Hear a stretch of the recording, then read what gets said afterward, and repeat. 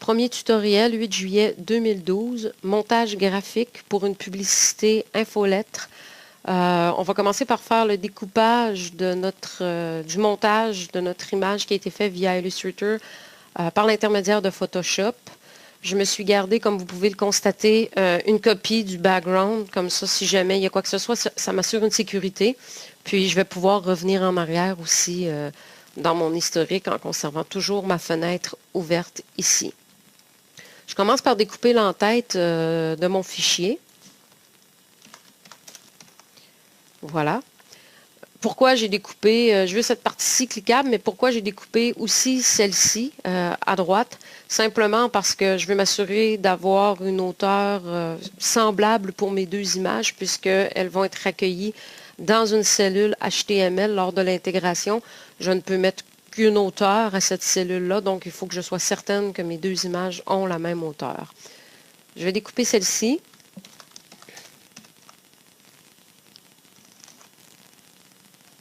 Et voilà, on va la sauver au format JPEG dans un dossier image et on va l'appeler logo. Je récupère ma deuxième partie.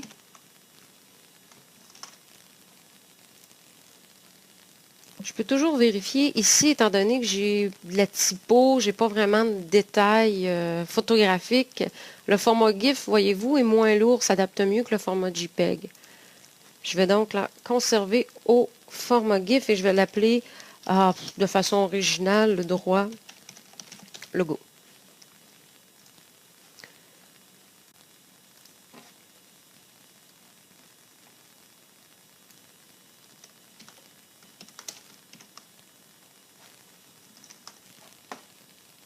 Sauvegarde au format JPEG, une légère compression pour éviter de surcharger le serveur, surtout si vous avez plusieurs envois infolettres et que d'autres domaines sont hébergés sur la même machine que vous êtes en mutualisé. Votre hébergeur apprécierait peut-être pas tellement que vous incommodiez finalement les autres domaines sur la même machine.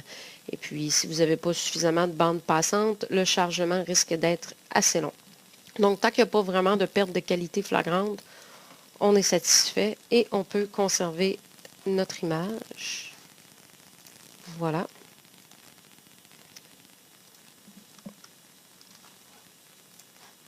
Voilà, on va fermer la fenêtre étant donné qu'on n'a plus vraiment besoin de celle-ci.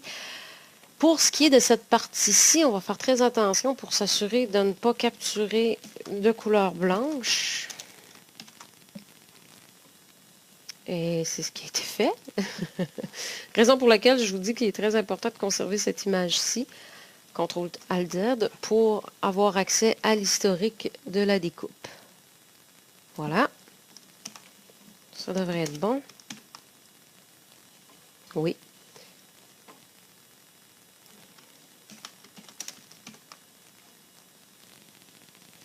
Je ne m'occuperai pas de cette partie tout de suite. Je vais vous parler de celle-ci. Voilà, on va la conserver. C'est une zone grise. Mais question d'avoir une certitude, pardon.